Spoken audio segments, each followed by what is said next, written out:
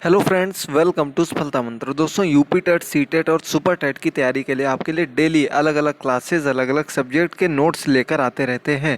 तो दोस्तों, उसी सीरीज में आपके लिए सबसे इंपॉर्टेंट चुनिंदा वन लाइनर क्वेश्चंस की जो हम लोग की क्लास चल रही है, आज की क्लास में हम लोग देखेंगे बाल विकास के इंपॉर्टेंट क्वेश्चंस। और ये हमारा पार्ट 1 है, पहली क्लास है। ये आपको नए सिरे से दोबारा से सभी क्वेश्चंस एक बार रिवाइज करा रहे हैं और वन लाइनर वे में सभी क्वेश्चंस आपको याद कराए जा रहे हैं। कल हम लोगों ने संस्कृत के इंपॉर्टेंट क्वेश्चंस दिए थे, आज उसी के आगे बाल विकास के क्वेश्चंस मिलेंगे। इन सभी क्वेश्चंस को एक एक करके देखते रहिए, तैयार करते रहिए। दोस्तों, अगर आपने अभी तक चैनल सब्सक्राइब ना किया हो तो सफलता मंत्र नाम चैनल को सब्सक्राइब कर लीजिएगा। इस तरह का आइकन आपको दिखेगा, इसके पास में लगे हुए बेल आइकन को भी प्रेस कर दीजिएगा ताकि आगे आने वाली सभी क्लासेस का नोटिफिकेशन आपको मिलता रहे और आप लोग पूरी अपनी अच्छे ढंग से तैयारी करते रहें। डेली आपके लिए क्लासेस मिलेंगी और अच्छे अच्छे क्वेश्चन मिलेंगे। तो चलिए बढ़ते हैं हम लोग पहले क्वेश्चन पर। वन लाइनर क्वेश्चन है, ज़्यादा समय नहीं लेंगे, 30 क्वेश्चन मिलेंगे। अच्छे से समझिए और आंसर करिए। बुद्धि पहचानने व सीखने की शक्ति है, किसका कथन है? तो बुद्धि पहचानने व सीखने की शक्ति है, ये गाल्टन का कथन है। आपका सही आंसर हो जाएगा दोस्तों गाल्टन। ये क्या है? बुद्धि सीखने और पहचानने की शक्ति है। ये इन्होंने बुद्धि की परिभाषा दी थी। क्वेश्चन नंबर 2, अमूर्त वस्तुओं के विषय में सोचने की योग्यता बुद्धि है, ये दूसरा कथन है। ये किसका कथन है? तो आपका आंसर हो जाएगा दोस्तों टर्मैन। टर्मैन ने क्या बताया कि अमूर्त वस्तुओं के विषय में सोचने की योग्यता। अमूर्त वस्तु का मतलब होता है कि ऐसी चीज जो हमारी आंखों के सामने नहीं है, जिसे हम देख नहीं सकते, जो प्रत्यक्ष रूप से हमारे सामने नहीं है, वो आपकी अमूर्त वस्तुएं कहलाती हैं। तो अमूर्त चीजों के बारे में सोचने की जो योग्यता होती है वो बुद्धि कहलाती है, टर्मैन ने बताया था। अगला क्वेश्चन है, सीखने की शक्ति ही बुद्धि है। अब बहुत ही अच्छे क्वेश्चंस हैं आपके लिए, यूपी टेट और सुपर टेट के लिए मोस्ट इंपॉर्टेंट है। किसका कथन है? तो सीखने की शक्ति ही बुद्धि है, वंकिंघम का कथन है। किसका कथन है दोस्तों? वंकिंघम का कथन है, याद रखिएगा। इन्होंने बताया है कि सीखने की शक्ति को ही बुद्धि कहते हैं। क्वेश्चन नंबर 4, विभिन्न योग्यताओं के समूह को क्या कहते हैं? तो दोस्तों, विभिन्न योग्यताओं के, अलग अलग योग्यताओं के समूह को जो हम कहते हैं वो बुद्धि कहते हैं। बुद्धि को कहा गया है कि ये अलग अलग प्रतिभाओं की, योग्यताओं की या क्षमताओं को प्रदर्शित करने वाली जो एक समूह कहलाएगा वो आपका बुद्धि कहलाएगा। इंटेलिजेंस इसको कहा जाता है। क्वेश्चन नंबर 5, बुद्धि को कौन कौन से कारक प्रभावित करते हैं? तो बुद्धि को प्रभावित करने वाले कारक आपके वंशानुक्रम, वातावरण और आयु हैं। यानी कि वंशानुक्रम का मतलब हो गया जो हमारे माता पिता, अन्य पूर्वजों के गुण हैं, यानी कि हेरेडिटी, जो हमारे पूर्वजों के गुण हमारे अंदर आ जाते हैं वो आपका वंशानुक्रम या आनुवांशिकता कहलाता है। और ये एक ऐसा कारक है जो बुद्धि को प्रभावित करता है। इसके बाद दूसरे नंबर पर आता है वातावरण, यानी कि हम किस तरह के समाज में रहते हैं, कैसे वहाँ का इन्वायरमेंट है, कैसे आसपास के लोग हैं। वातावरण भी बुद्धि को प्रभावित करता है। नंबर 3 पर आता है आयु, यानी कि एज। एज भी बहुत ही मुख्य रूप से बुद्धि को प्रभावित करती है और हमें पता लगता है ये बालक किस प्रकार का है, उसकी आयु के आधार पर वो कितना सीखता है। ये जानने के बाद क्वेश्चन नंबर 6 क्या दिया गया है कि भारत में बुद्धि विकास कितने वर्ष तक होना माना जाता है? यानी कि भारत में बुद्धि का जो विकास है कितने वर्ष तक होना माना जाता है? तो दोस्तों, लगभग 25 वर्ष की उम्र तक बालक की मानसिक क्षमता यानी कि बुद्धि का विकास होता है। बालक का दिमाग जो है, कहा जाता है कि बालक का दिमाग कब तक बढ़ता है? तो 25 वर्ष तक की उम्र तक बालक में बुद्धि का विकास होता रहता है। याद रखिएगा, इसका आपका आंसर मोस्टली 25 वर्ष ही दिया हुआ मिलेगा। क्वेश्चन नंबर 7, बुद्धि का किससे बहुत घनिष्ठ संबंध है? तो दोस्तों, बुद्धि एक ऐसी चीज है जो वंशानुक्रम पर बहुत ही ज्यादा प्रभावित रहती है, यानी कि वंशानुक्रम का एक बुद्धि के साथ घनिष्ठ संबंध है। वंशानुक्रम इससे संबंधित है, हेरेडिटी असर होता है, यानी कि बहुत ही ज्यादा देखा जाता है कि माता पिता अगर बुद्धिमान है तो इसका असर उनके बच्चों पर भी बहुत ही ज्यादा पड़ता है और उनकी बुद्धि भी अपने माता पिता के जैसी ही होती है। क्वेश्चन नंबर 8 क्या दिया गया है? सीखने की क्षमता को क्या कहा जाता है? तो दोस्तों, सीखने की क्षमता को ही सामान्य शब्दों में इंटेलिजेंस कहा जाता है, बुद्धि कहा जाता है। कि बालक के अंदर कितनी जिज्ञासा है, कितनी सीखने की क्षमता है, कितना वो दूसरों की अपेक्षा सीख रहा है। क्वेश्चन नंबर 9 देखिए जल्दी से, बुद्धि किस प्रकार की शक्ति है? तो बुद्धि एक प्रकार की शक्ति है, ये तो पता है आपको, लेकिन कैसी शक्ति है? ये दोस्तों एक जन्मजात शक्ति है। इसीलिए इसको वंशानुक्रम का घनिष्ठ संबंध बताया जाता है, क्योंकि बालक की बुद्धि जो है वो जन्मजात होती है और जन्म के अनुसार, आयु के अनुसार ही वो बढ़ती रहती है। तो इसमें आप ज़्यादा कोई परिवर्तन नहीं कर सकते हैं। थोड़ी उसकी क्षमताओं को बढ़ा सकते हैं, उसकी अन्य पावर्स को बढ़ा सकते हैं, लेकिन उसमें परिवर्तन नहीं कर सकते। तो ये जन्मजात शक्ति होती है। ज्ञान किस प्रकार की शक्ति? तो दोस्तों ज्ञान अर्जित किया जाता है। नॉलेज जो होती है कैसी ग्रहण की जाती है, हम दूसरों से अर्जित करते हैं। लेकिन बुद्धि जो है वो कैसी है? वो जन्मजात होती, वो हम अर्जित नहीं कर सकते। बुद्धि के अंदर हमें किस चीज़ को समाहित करना है, कैसी योग्यताओं को रखना है, ये तो हम अर्जित कर सकते हैं, लेकिन बुद्धि को हम अर्जित नहीं कर सकते हैं। इस बात को याद रखिएगा, बहुत ही इंपॉर्टेंट कथन है।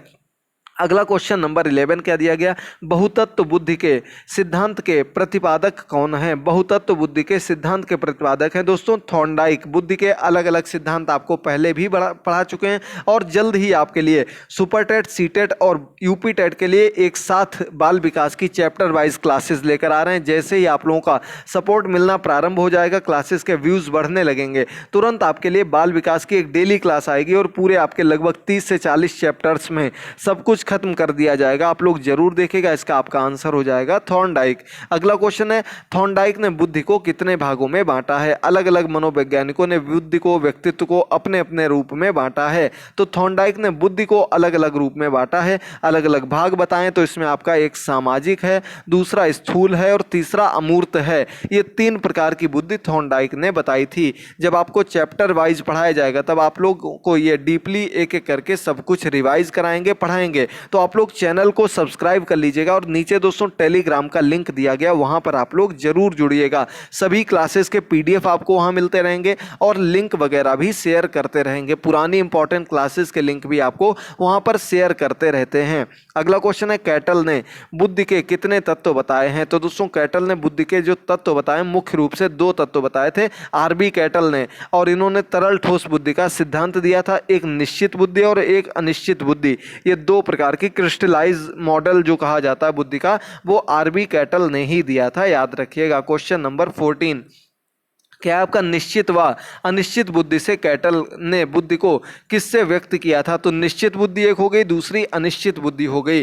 कैटल को किससे व्यक्त किया था? तो दोस्तों निश्चित बुद्धि को जीएफ से और अनिश्चित बुद्धि को जीई से व्यक्त किया था। किसने? आरबी कैटल ने अपने बुद्धि के सिद्धांत में। अगला क्वेश्चन है हमारा दोस्तों इमेजिनेशन से संबंधित। देखिएगा जल्दी से कि कल्पना वह शक्ति है जिसके द्वारा हम अपनी प्रतिमाओं को नए रूप में प्रयोग करते हैं।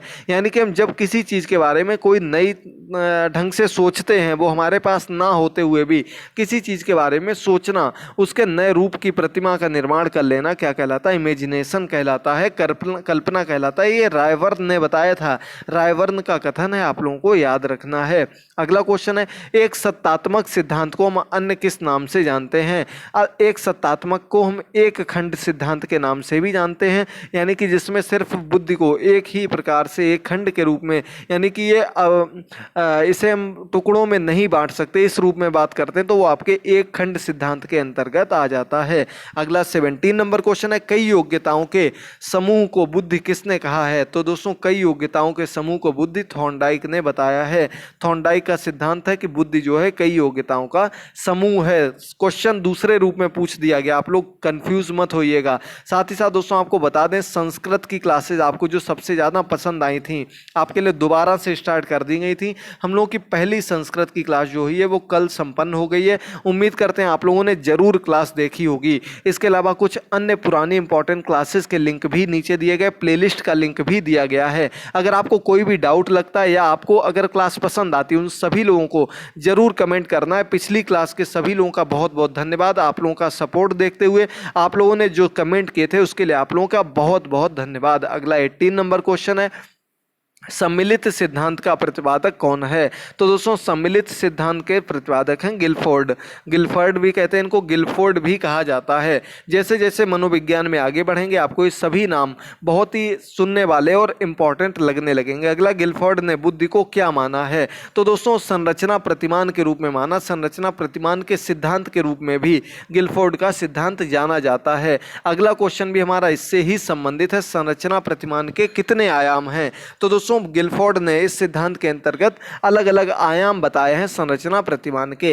ये 3 आयाम बताए हैं, हमारा संचालन, उत्पादन और विषय वस्तु, ये तीनों चीजें इसके अंतर्गत आती हैं। तो 20 नंबर क्वेश्चन का आपका सही आंसर हो जाएगा 3 आयाम, संचालन, उत्पादन और विषय वस्तु, ये इसके अंतर्गत आने वाले हैं। चलिए आगे बढ़ते हैं 21 नंबर क्वेश्चन पर। वैयक्तिक परीक्षण का निष्कर्ष कैसा होता है? व्यक्तिगत या वैयक्तिक एक ही चीज होती है, इंडिविजुअल।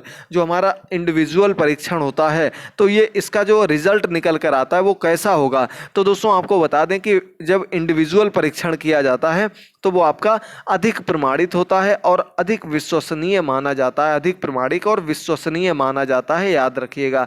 21 नंबर क्वेश्चन का आपका आंसर हो जाएगा। चलिए आगे बढ़ते हैं 22 नंबर क्वेश्चन पर। सामूहिक परीक्षण का निष्कर्ष कैसा होता है? यानी कि जब बल्क में, ग्रुप में हम परीक्षण करते हैं उसका रिजल्ट कैसा निकल कर आता, चाहे वो आपका व्यक्तित्व परीक्षण हो या बुद्धि परीक्षण हो, दोनों की ही बात यहाँ पर कर रहे हैं।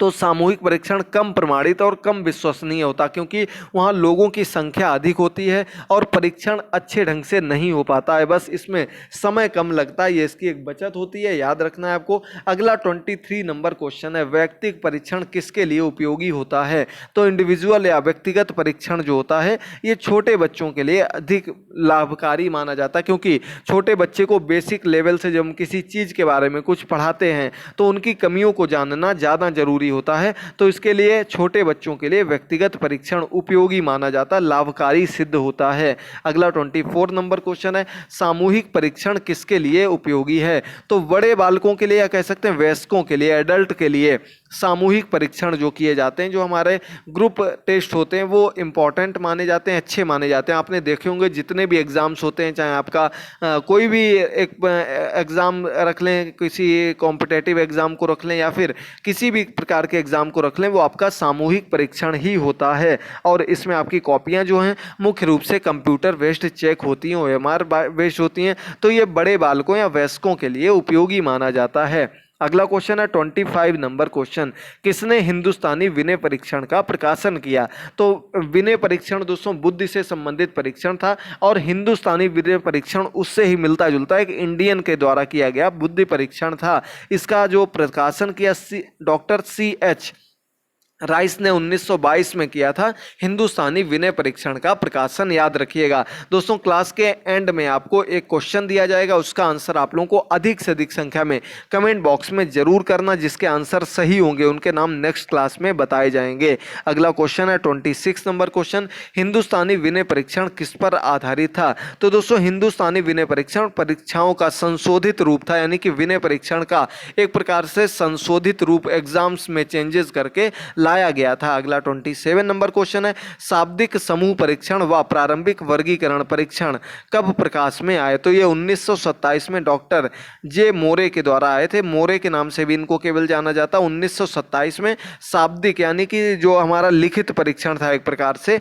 या ओरल कह सकते हैं, जो शाब्दिक बोल कर किया जाने वाला परीक्षण था। दूसरा हमारा प्रारंभिक बुद्धि वर्गीकरण परीक्षण, ये 1927 में डॉक्टर जे मोरे के द्वारा दिए गए थे। अगला 28 नंबर क्वेश्चन है, शाब्दिक बौद्धिक परीक्षण को किसने बनाया था? तो दोस्तों डॉक्टर S.A. मोहसिन ने शाब्दिक बौद्धिक परीक्षण का निर्माण किया था, याद रखिएगा। अगला क्वेश्चन है, शाब्दिक बौद्धिक परीक्षा किस उम्र के लिए प्रभावी होती है? तो दोस्तों शाब्दिक बौद्धिक परीक्षा जो 10 वर्ष से 16 वर्ष तक के बालकों के लिए प्रभावी मानी जाती है, उपयोगी मानी जाती है। ये आपके 29 क्वेश्चंस कंप्लीट हुए। उम्मीद करते हैं कम समय में आपको क्वेश्चंस बहुत अच्छे से समझ में आ गए होंगे, क्लास भी पसंद आई होगी। अगर पसंद आई हो तो दोस्तों एक बार लाइक जरूर कर दीजिएगा, चैनल को सब्सक्राइब कर लीजिएगा और कमेंट बॉक्स में विचार देना मत भूलिएगा। अब हमारा प्रश्न है, इसमें आपको बताना उत्कृष्ट बालकों की बुद्धि लब्धि कितनी होती है और निर्बल बालकों की बुद्धि लब्धि कितनी होती है। इन दोनों प्रश्नों का आंसर आप लोगों को अधिक से अधिक संख्या में कमेंट बॉक्स में करना है, तो अपने आंसर जरूर करते रहिएगा, अधिक से अधिक शेयर करते रहिएगा, चैनल को सब्सक्राइब करना मत भूलिएगा। आपके लिए बहुत ही इंपॉर्टेंट क्लासेस लेकर आते रहते हैं, इनकी पीडीएफ्स भी आपको फ्री में बिल्कुल हमारे टेलीग्राम चैनल पर मिल जाएंगी। टेलीग्राम चैनल का लिंक आपको नीचे डिस्क्रिप्शन बॉक्स में दिया गया, वहां पर जाइए और हमारी कल की संस्कृत की और अन्य क्लासेस को जरूर देखते रहिए। आज की क्लास में इतना ही। थैंक यू दोस्तों, गुड बाय, टेक केयर।